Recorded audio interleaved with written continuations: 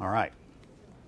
So, can you grow at home? Yes, but again, it requires a lot of care, okay? It also, strawberries are probably susceptible to many different diseases and insects than a lot of other plants that you have, okay? And a part of that is because it's a long season, okay? When I plant mine in late September, early October. I don't get any harvest until usually about 2 weeks ago, so mid-March, sometimes in February, depending on the weather, okay? They're also susceptible to hail, heat, cold temperatures, wind, nutritional problems, okay? If your pH of your soil is too high, your plants aren't going to grow. They're just going to turn yellow. Varmints and birds. Anybody have problems with those? Yeah. We have mice, we have rats, we have rabbits, and we have birds. And I have to put screens around my high tunnel to try to keep them out. And then for the rabbits, I use a product called lead. You ever heard of that? Yeah. Yeah. Okay. All right. So anyways, that's what I have to use for those. It's kind of sad, but you know, they're in there munching away. They love strawberries. All right. So consider this. Is it worth the effort? Yes. We got a grower here, or a guy here, master gardener, that says yes, it's worth the effort. So that's good. All right. Yes, they are worth it, okay? But you know, sometimes it's just easier and less frustrating to buy them at the store. All right. I've got people up in Lubbock that want to grow blueberries. What's the pH of blueberries that's required? About a 5. On our farm, we're at a 7, 8. So I've added some additives, I've added some sulfur, and I use a high acid fertilizer to grow my strawberries, and I've actually done pretty well. One year I got up to 2 pounds per plant, which is you can make money doing that, okay? And these are some of my strawberries here. That's my granddaughter. She always enjoys going out picking. But here's some of our berries here, and these are the ones we sold for $7 a pint. So, anyways, different types of production. In the Northeast primarily, or in the northern territories where it's colder, states, they use a system called the open field matted row system, and it's a perennial system where they'll go and they'll renovate the beds, and so you don't have to pull the plants out every year. In California, in Florida, and most other states, we use plastic culture. So we lay plastic mulch down, buy the plugs or the bare roots every year, and we replant every year. And part of the reason for that is that generally the first year of production is your highest production. Okay, that's why California replants every year. They also used to do it because they would use fumigants to sterilize their soils. They can't really do that much anymore, but they still plant an annual production. So that's what this shows. This is a farm actually out in East Texas. Here's one of my high tunnels here on the left with some of my strawberry plants. And then these are called low tunnels. It's basically the same concept, but each individual row has plastic over it with some small hoops. And in the past I've done, let's see, do I have the next slide? Nope. In the past I've done row cover cloth through there, so it'll help protect it from the wind, but it really doesn't protect it much from the cold. With this this is basically 6 mil greenhouse plastic, and it'll act like a little greenhouse. And last year my production inside these low tunnels was almost as high as the large high tunnel. Okay. When did you pull that off so it wouldn't scald? Question is, when would I pull that off? It depends on the day. Sometimes it's multiple times a day, or not multiple times a day, multiple times a week. Yeah. But if Through the summer? No. I've got them off now, and because they're fruiting, and I'm going to leave them off probably now. If I do have like an 80-mile-an-hour wind coming, I may cover them up because those winds will just shred the strawberries. But generally, I'll put mine on early December, and I'll leave them on until about mid-February, and then it's on and off depending on the temperature. So if there's no flowers, if it's just growth, if the plants are just developing and growing, I'm going to let them, first of all, I'm going to let them get the cold temperatures that they want.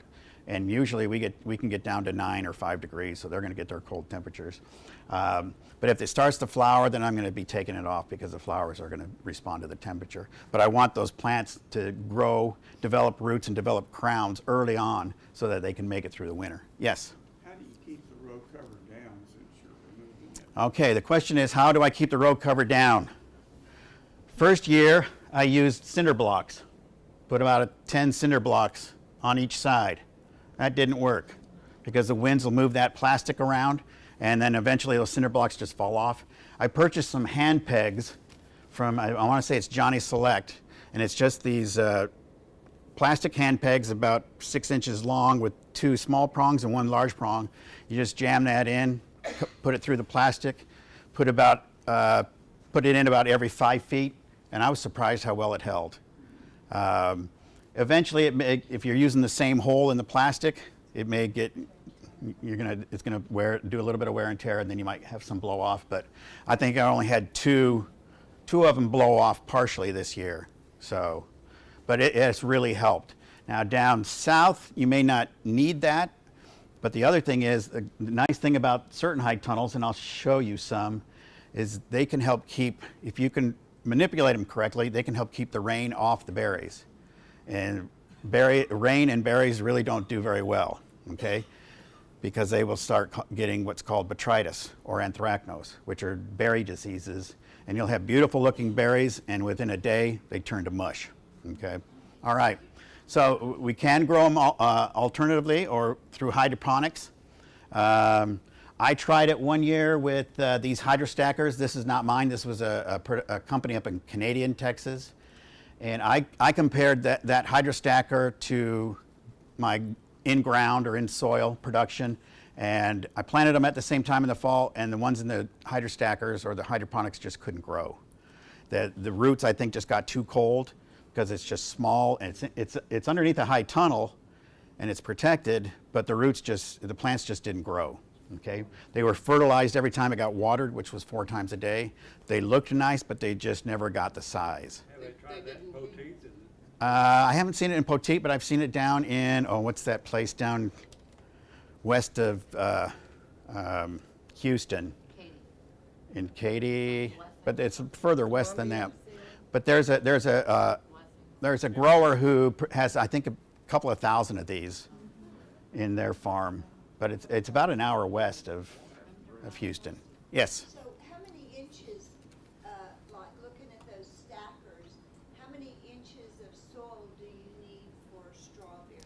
This stacker is only about 4 inches. And do you think that's enough? It is. I mean, maybe if somebody was better than I was at it, they could do it. I don't think. 6 inches Yeah. in a raised bed. Right. You're going to have to keep that very moist. 6-inch raised bed. Okay.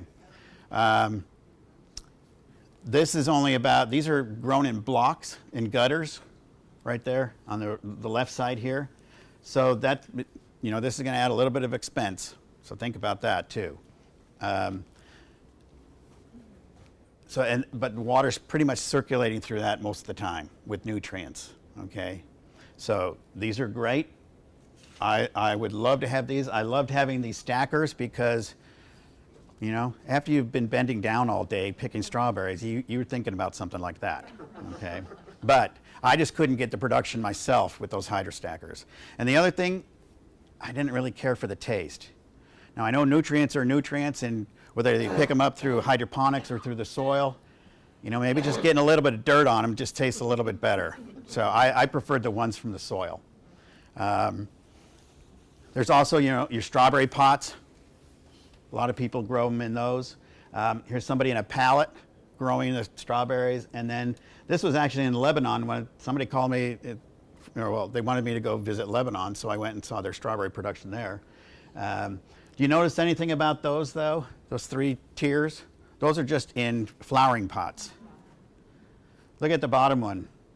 It's darker green. Yeah, all the nutrients. It's cooler down there.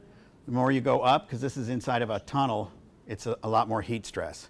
So your plants are stressed up here, but not down here. Yes? So production is greater in brown, you think, than these other? For me, it is. And I think they're still working on it hydroponically. It all depends on the variety, too. If you're going to do hydroponics in a greenhouse, you're probably going to use an ever-bearing variety, one that continues to bear, rather than a June-bearing variety. That's going to be a short season. So it's kind of like your indeterminate and determinate tomatoes, kind of the same concept there. All right.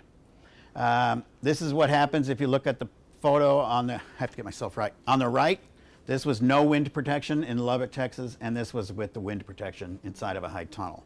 So I got about like 0.01 pounds per plant off of that. If I, I basically couldn't harvest anything there.